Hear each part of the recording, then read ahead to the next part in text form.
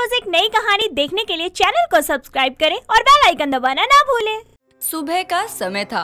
कुंती की बड़ी बहू भारती अपने कमरे में पोंछा लगा रही थी। भारती इतनी लंबी थी कि बैठने के बाद भी उसकी गर्दन बेड के ऊपर जा रही थी। वो बैठकर बेड के नीचे पोंछा लगाने जाती है, तभी वो गिर जाती है। वो इतनी तेज गिरती है कि उसके गिरने की आवाज नीचे हॉल तक आती है। उस आवाज को सुनकर कुंती आवाज लगाती है, अरे क्या गिर दिया बहू? मेरी बहुएं हमेशा कोई ना कोई कुछ नुकसान करती ही रहती हैं। हे भगवान, अब मुझे खुद ही जाकर देखना पड़ेगा। कुंती अब अपनी बहू भारती के कमरे में जाती है, जहां वो देखती है उसकी दो लंबी बहू सौम्या और पिंकी दोनों दरवाजे पर खड़ी हैं। तो वहीं उसकी दो बहू अंजलि और नेहा भारती के कमरे में हैं और वो दोनों उसको उठाने की कोशिश कर रही होती हैं। ये देख कुंती बोलती है, अरे भारती बहू, तू जमीन पर लेटकर क्यों पोछा लगा रही है? तू तो इतनी लंबी है कि तुझे लेटने की जरूरत ही नहीं पड़ेगी। तू तो एक बार में ही पोछा लगा देगी। मम्मी जी, मैं बैठकर ही पोछा लगा रही थी, पर फिर भी मेरी गर्दन बेड के ऊपर जा रही थी और बेड के नीचे सफाई करने के चक्कर में मैं जब नीचे झुकी तो मैं नीचे गिर गई। अब मैं उठ नहीं पा रही। लो हो गया कल्याण। अरे इन दोनों से तू उठ पाएगी क्या, जो ये तुझे उठा रही हैं? अरे बहू, तुम दोनों बाहर खड़ी खड़ी क्या देख रही हो? अपनी जेठानी को उठाओ। मम्मी जी, हम खुद इतने लंबे हैं कि हम में से कोई एक ही दीदी के कमरे में जा सकता है, और वो भी तब जब दीदी के कमरे में दीदी के अलावा और कोई ना हो। जब हम यहाँ पहुँचे थे तब यहाँ पर अंजलि और नेहा दीदी थी। क्यों बहू, तुम दोनों खुद को क्या बाहुबली समझती हो? कद की तो 2 फुट की हो और खुद को पता नहीं क्या समझती हो। मम्मी जी, हम भले ही 2 फुटिया है पर हमारे में भी ताकत है। वो बस दीदी उठी नहीं, लेकिन हम दीदी की मदद करने आए ही है ना। हाँ माँ जी, अंजलि बिल्कुल सही बोल रही है। अच्छा चलो कोई बात नहीं, अब हम बाहर निकलते हैं। सौम्या बहू आजा, अपने जेठानी को उठा दे जरा।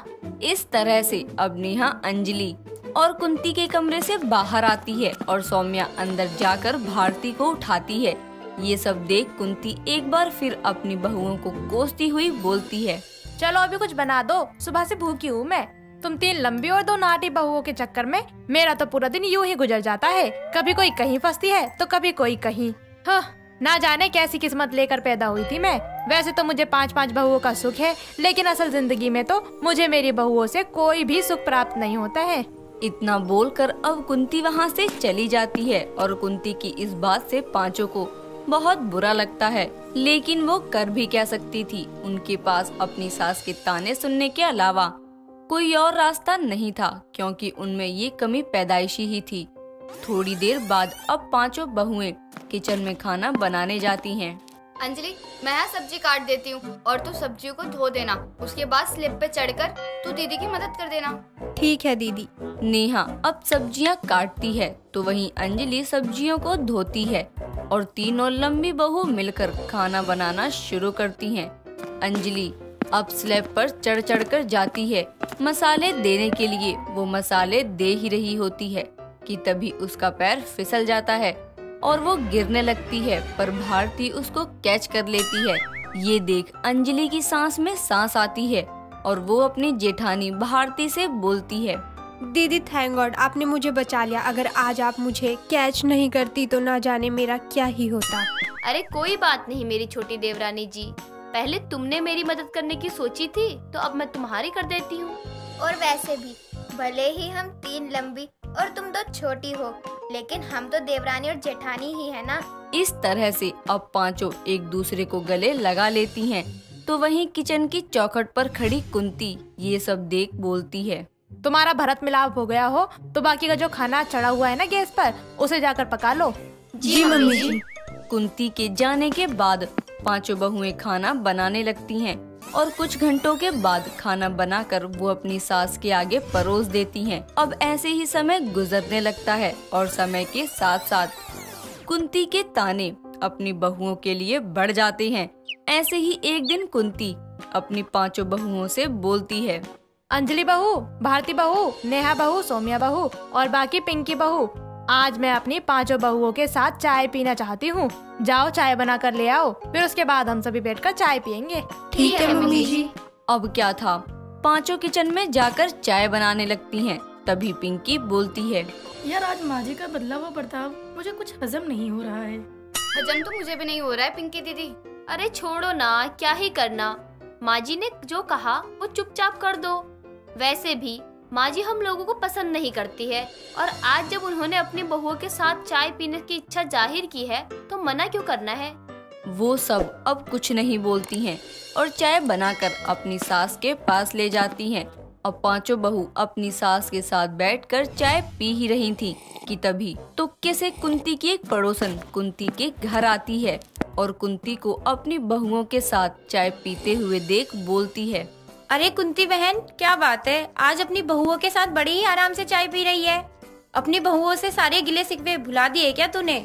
और नहीं तो क्या, अब जब मेरी बहुएं हैं ही इतनी अच्छी तो उनसे क्या गिले शिकवे रखना। भगवान मेरी जैसी बहुएं सभी को दे। क्या बात है कुंती, चलो अच्छी बात है, तेरी बहुएं अच्छी हैं। बहुओं, मुझे तुम्हारी सास से कुछ बात करनी है, इसलिए तुम सभी हम दोनों को थोड़ी देर अकेला छोड़ दोगी? हाँ, क्यों नहीं। पांचों अब वहाँ से चली जाती हैं, जिसके बाद पड़ोसन बोलती है, कुंती बहन, एक बात तो बता जरा, पहले तो तू अपनी बहुओं की इतनी बुराइयां करती थी, फिर अचानक तुझे क्या हो गया जो तू उनको पल्लू में बांध रही है? बहन, मैं उनके पल्लू में बंद नहीं रही हूँ, बल्कि अब मुझे उनकी कदर पता चल गई है कि आखिर मेरी पांचों बहुएं कितनी अच्छी हैं, और साथ ही मुझे उनकी कीमत भी पता चल गई है और ये समझ आ गया है कि मेरी बहुएं कितनी कीमती हैं। अरे वही तो जानना चाहती हूँ, ये सब हुआ कैसे? उन्होंने तेरे लिए कुछ किया क्या? नहीं बहन, वो मेरे लिए कुछ नहीं करती, बल्कि बहुत कुछ करती हैं। अच्छा बहन, मुझे अपनी बहुओं के साथ कहीं बाहर जाना है, इसीलिए मैं चलती हूँ। हाँ ठीक है, मैं भी अपने घर ही जा रही थी।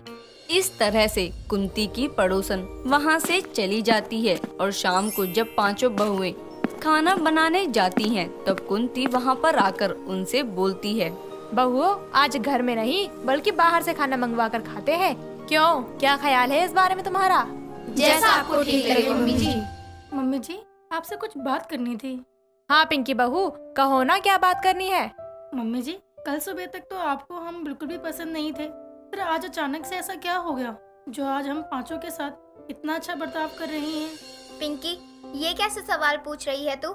नहीं सोमिया बहू, पिंकी ने बिल्कुल सही सवाल किया है। अगर मेरी सास मेरे साथ बुरा बर्ताव करती और एकदम से मीठी छुरी बनती तो मेरा भी यही सवाल होता। बहू, तेरा सवाल बिल्कुल सही है और मैं तेरे सवालों का जवाब भी देना चाहती हूँ। मुझे पहले अपनी बहुओं की कदर नहीं थी, मैं उनको हमेशा कोसती रहती थी, लेकिन एक बार जब मैं मार्केट जा रही थी ना, तो जो मेरी पड़ोसन है ना, मैंने देखा उसके घर से आवाज आ रही है, और जब मैंने उसकी खिड़की से देखा तो उसकी बहू उससे जुबान लड़ा रही थी, उल्टा बोल रही थी, बदतमीजी भी कर रही थी। वो बात मेरे दिमाग में घूमती रही है। एक वो है जो इतना सहने के बाद भी अपनी बहू की कमी बुराई नहीं करती है, और एक मैं हूँ जिसकी बहुएं उसकी इतनी सेवा करती हैं, पर फिर भी मैं उनकी कदर नहीं कर पाती। और तब से मैंने सोच लिया कि मैं तुम लोगों के साथ कभी बुरा नहीं करूँगी। वैसे मैंने जो किया उसकी माफी तो नहीं, पर फिर भी माफ कर दो। अपनी सास की बातें सुनकर उन्हें काफी अच्छा लगता है और वो अपनी सास को माफ भी कर देती हैं और अब सभी खुशी के साथ रहने लगते हैं। दोस्तों, अगर आपको ये कहानी पसंद आई तो इसे लाइक करें, शेयर करें और कमेंट करके बताएं कि कहानी में आपको सबसे अच्छा क्या लगा।